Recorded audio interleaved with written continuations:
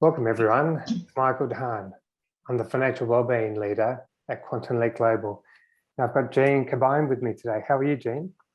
Fantastic. Having a really lovely day and lovely week. Thank you. And thank you. I reached out to Jean and we've been sort of talking together, and I shared with you around the Women's Empowerment series and just gave you a bit of an overview, and you were straight away, let's be a part of it. So I really appreciate that. Yeah, thank you for the opportunity. It's lovely to connect.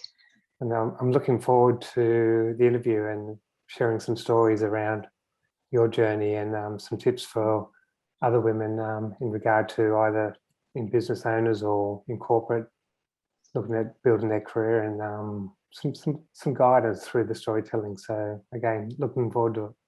Sure. Be lovely.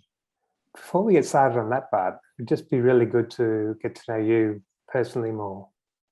Would you just be able to share your story, the Jean story? The Jean story. The Jean story. How far back do I go? I guess, you know, I've had so many lessons and layers around acceptance in my life. And I guess, yeah, when I think back, it started off probably when I was about 9 years old. And my dad actually passed away in a boating accident. And so then there came, as children, we were the youngest three, and I was one of the youngest three. We weren't allowed to go to our father's funeral because the grandparents decided that we didn't really need to. And so I never got closure at that young age. And so I found it really difficult to accept that my father had died because I hadn't had closure. And so that's where acceptance really started for me. And then, you know, moving through, probably in my 20s before I accepted that he was dead and that I wouldn't see him again. Oh. And my mother was quite a strong woman and quite spiritual, but very strong and quite, I guess, from being a single parent at that time, she then took on a lot of the masculine energy in holding the family together. Yeah. And so I adopted a lot of her energy and went on in life to do and be and please and wanting to be accepted in the world. So, you know, and I can just really relate back so wholeheartedly to where that energy came from.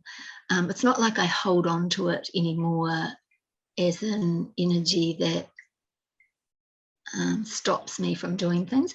It's more of a fuel now. Like I use the energy as a fuel in the tank to drive me forward, which is really good. But there's always, you know, just when I think I've mastered acceptance, hello, another lesson or another layer comes around. There's always lessons. Yeah, so I think acceptance is always going to be with me and quite a strong teacher in my life. Yeah, wow. Thank you for sharing that. Yeah. And I stalked you on LinkedIn. So you've been running your business for almost 4 years. Very much around mindset, and we'll go into that a little bit. And I just wrote down that you do a lot of work with women, either business startups, so women starting their own business or in careers. And you talk about the 4 domains of energy, which we'll explore in a moment, and which you shared that brings harmony in your life. And if you don't have the 4 domains working, that, you know, as I suppose it doesn't put you in harmony, it doesn't put you in flow. So I'd be really interested in sort of exploring that in a moment there. But you also shared with me that you did have the corporate career and you've gone out working for yourself now, which is, I suppose, your purpose, your why. But in regard to what you just shared then around your sort of upbringing and having that really strong, maybe sort of male trait, masculine energy. How that might have affected or how that played out in your corporate career, and I think that'd be just a really good sharing for our audience. Yeah, sure. So we all have a lot of, like you would have a lot of feminine energy and masculine energy, and the same for me. I've got my feminine energy and my masculine energy. So in the corporate world, I was all about wanting to be accepted, because that was a big part of my life lessons here in this time round. And I became very much a people pleaser. And I was very much in doing energy, which I relate to as being that masculine energy of doing and more and more. And the more you do, you just get into that treadmill, really, of just running and on autopilot, and adrenaline keeping you going, and never mind fatigue, you just never give into it. Like if I stopped, I would crash and fall asleep. So the idea is not to fall asleep or crash. The idea is just keep doing and going. So I really came to a big realization, a big crunch, after I'd been working for a company for about 8.5 years, where I was really overloaded, and the more I gave, the more it was expected. And I came to a point where I finally realized that I felt a sense of importance in that role, but I'd lost touch with what was important in my life. Oh, wow. And how did that play out? Well, I really reached an emotional burnout, and I was extremely emotional. And I never, I teach this, but even though I was teaching it, I probably wasn't noticing it for myself. I was all about giving it to my clients and people I work with, but I really wasn't probably practicing it enough around this time, because I didn't have time. Yeah. But when we can have the tools, and I'm all about simple tools, Michael, with creating massive impact. And if I can do something that's simple that's going to bring about massive impact in my life, I know that I can teach that for other people in this career-driven world, or wanting to be an entrepreneur, or are an entrepreneur, but they're actually experiencing such a lot of overwhelm because they're the do-it-all type person. So they're still in that masculine energy and forgetting about their feminine energy, where their creativity flows, where their sense of well-being for wholeness comes from. Yeah, so I know that the tools that I teach can bring about that energy, so that when you look after that part of you, first and foremost, you've got the basics of all those domains then flourishing. And I call it a union or a marriage of the 4 domains to bring in that harmony. It might be worthwhile just sort of digging a bit deeper around those 4 domains. I think it'd be a sort of a great opportunity for our listeners to get that balance. Yeah, so the 4 domains being spiritual, mental, emotional, and physical. And what you find is that a lot of people are good on 1 or 2 of those domains, but they then take over your life at the expense of the others. And where a lot of people that I work with in particular lack in the emotional domain. So we are all about being driven and going and doing, that we forget to actually just come into our own heart and be, so that you can come into a stillness, so that you can actually listen to what your heart is telling you and find the right answers to move forward, rather than just going with all the chaos in your head and being over analytical, really, as well. So how does that show up when they're sort of leading teams? So we talked about either business owners or career women. So having that sort of balance, what does that create in regard to leadership? So it creates better relationships with people, because everybody in this world wants to be seen, heard, and understood, right?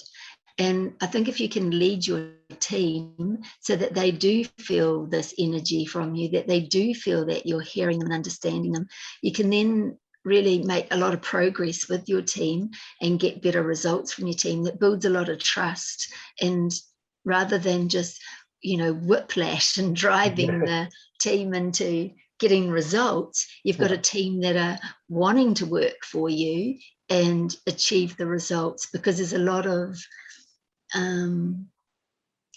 common ground when you can both come into that place where you can actually both feel seen and heard.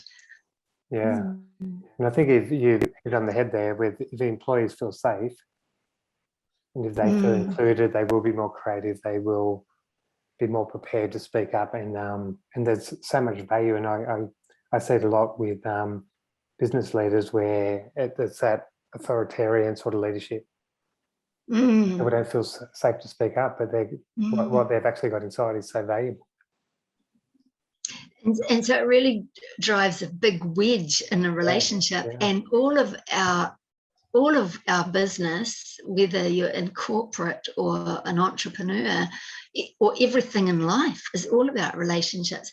And that first relationship starts with your relationship that you have with yourself. And if you're not feeling good enough about yourself, it's actually going to, other people aren't going to feel safe or aren't going to feel okay in your, with you and your relationship as well. So it really starts from within. And when you get that relationship right, and then move forward into other relationships, it just filters out beautifully. And then you can start building on other relationships and have things flourish for you. Yeah. And I'm sort of big on the storytelling or sort of getting a feel for something. So can you share sort of what one of your clients, a women business owner or a career woman, is sort of going through, coming to you, and then sort of how do they leave? Obviously being more centered and know themselves better, but would you be able to sort of share that so I get a good understanding of it? Yeah, sure. So if I'm working with a client, often a client has already reached a point of burnout with me, and they've recognized that burnout when I've probably come to connect with them. And so it's a matter of like taking them through a heart-focused breathing exercise and bringing them into their heart space so that they can just slow down and just feel calm for that moment, and it's just transforming in itself. And their activation starts when they work with me in that very first appointment, because they're already trusting that this is what they're needing. They're already trusting in their own heart space that this is the answer for them. And when they can take that energy and build on that, and the tools that I teach, I practice daily, but for short periods of time throughout your day, it's ongoing, it's accumulative. So they build up that resilience quite quickly and get massive shifts in the first 1 or 2 weeks. When they get those massive shifts in the first 1 or 2 weeks, they're then able to look deeper into other things that are going on in their life, either further back that they need to, I never talk about the word heal. I always talk about that they need to integrate, because I integrate past events as an energy to drive me forward rather than heal from it to let it go.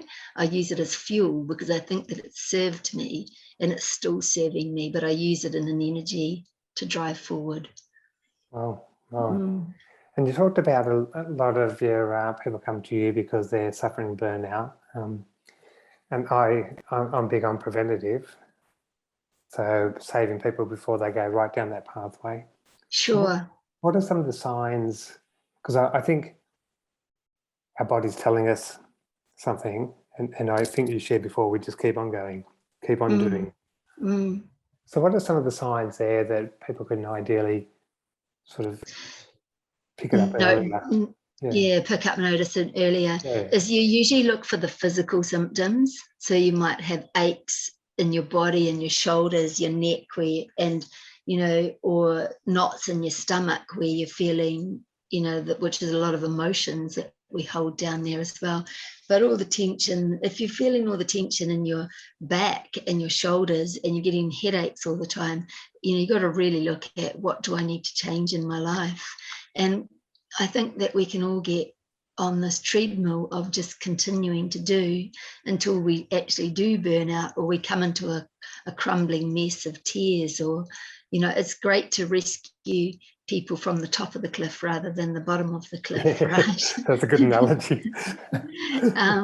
And for sure, and I'm all about reaching out to women that are even starting up their business and just feeling that overwhelm and would like some guidance and steps into what's next for them so that they can not even go down that track, for sure. But yeah, I work with both. So ones that are at the bottom of the cliff, and I've also worked with people that are on that leading edge, just wanting to ensure that they do feed themselves first. Yeah. And but that takes a lot of personal drive to know that you need support and need help, because often we get to a stage where we need the help, but we've already jumped off the cliff, we're already stumbling down the hill, but if we can people aren't always keen to invest straight up, and other people are, so it's about nurturing the ones that need it before they actually need it. Yeah, and I'm even reflecting on that, what I'm sensing is that in the corporate world in particular, it's a very, I suppose, male-driven sort of organisation, and so women going in there can potentially sort of change how they lead, adopt, as you said, those male energies, very results-driven, KPIs, we've got to get this done, so to speak. So is there a way for them to be more authentic to themselves in the leadership role, and how that might sort of affect their leadership role in this sort of male-dominated role, like being true to label but still being a great leader, which a lot of women are? So I'm always teaching my women that I'm coaching, and particularly that are in the corporate world or working with their own clients, is always to prep. So prep before a meeting. But in prepping, it doesn't take long, because if you are using the tools that I share on a regular basis, then the prepping is 1 or 2 minutes. It's not a big prep. And then setting that, using the tool with an intention for an outcome, you are going to be getting the results that you want. So your outcome might be along the lines of building a relationship. Your outcome might be sales related, or your outcome might be to, it might be for a corporate meeting with the boss or the team or whatever it is, but always have a focus on what your outcome is and set the intention of the energy that you want to bring into that meeting, and even incorporating the practice with your team. So practicing the, the heart focused breathing with the team before you start the meeting, and including them by asking them, well, what is the energy that you're bringing into the meeting today? Yeah. Before you actually go further. So that, I've been coaching a corporate team down in Melbourne, and they're doing that on a regular basis and getting good results. I was going to ask whether there's that alignment then of energy, alignment of creativity and inclusion. Wow, that's just interesting. And it doesn't even sound like a corporate thing to do, but it's I think the new corporate world will go down that space, to be honest. But I think the corporate world is changing. I think that there's a lot more women in corporate world as well, and in high up positions, that are probably bringing this energy into the workspace, where they are aligned with their own energy and know that it's working. So therefore it's nice to share that practice, or people are responding to them because they are of a calm energy and bringing that energy into the boardroom. Yeah. So what other tip would you give young women going into the corporate world in regard to, I suppose, shining, using her voice and visibility, so she can sort of not change who she is, but sort of, go up that sort of career path, go up that ladder, so to speak? Is there any other tips that you would give them? Yeah, well, just always coming from a heart space, always, and if you are in a state of overwhelm, just take a moment just to breathe and come back into your heart space. Just slow everything down so that you become coherent between your mind and your heart. And in doing that with your breath work and being intentional about it, you are able to come from a heart-centered space. You are able to be calm. You are able to respond to people or situations or the event. And you are able to find the words that you need without having to do an awful lot. And I'm not saying that you don't need to prepare for a meeting. Obviously you do, and you've got presentations to do, etc., in the corporate world. But when you can come from a heart space energy, it'll just land. And what I picked up there is, I suppose, having that sort of calmness, knowing, being in a knowing space, knowing your words. A lot of times when we're in overwhelm, we're not thinking straight. Our emotions are heightened. Yes, yeah. And we're saying things that aren't fully aligned with what we really wanted to say because we're so heightened. So that's really good advice. And I think also, you know, this mask business, we are all wearing a mask in the world right now, and it's compulsory. But hello, a lot of people are already wearing a mask in their everyday life. They show up in the corporate world with a mask on, an invisible mask, and then they go home and they're showing up with a mask on at home, and then when they're out with friends they've got a different mask on, because we're all playing a role rather than being ourselves. But when you can take the masks off and be yourself in the corporate world as you are at home, as you are with your friends, you come into this beautiful space of really knowing who you are and reclaiming your worth as a person of value. Yeah, it's just a beautiful energy. And it's COVID related in a sense. So you can relate, did you say? Yeah, I can relate to it because through COVID, but and you've hit a nerve in regard to the different masks that people have on depending on what particular situation. And I sort of reflect now on if you do that for quite a period of time, 10, 15, 20 years, sometimes you've sort of forgotten who you are. It may be the iron mask, too hard to take off. As become solidified to your face, like you don't know who you are anymore. Yeah. And even I work with clients and we look at heart-centered goals and aligning that and what brings them joy. And I'd ask the question about look within yourself on what you want your life to look like. What brings you joy? And a lot of times they can't answer that. So going back and finding that self within and taking off the mask, as you said, and just living a life of joy and beaming that out, reflecting that out to the universe and trusting what that will create. Joy is my biggest emotional state to be in. I just, joy every day. My intention is to bring joy to the day in everything I do. And do I succeed all the time? Not always, but I know that I can get back there.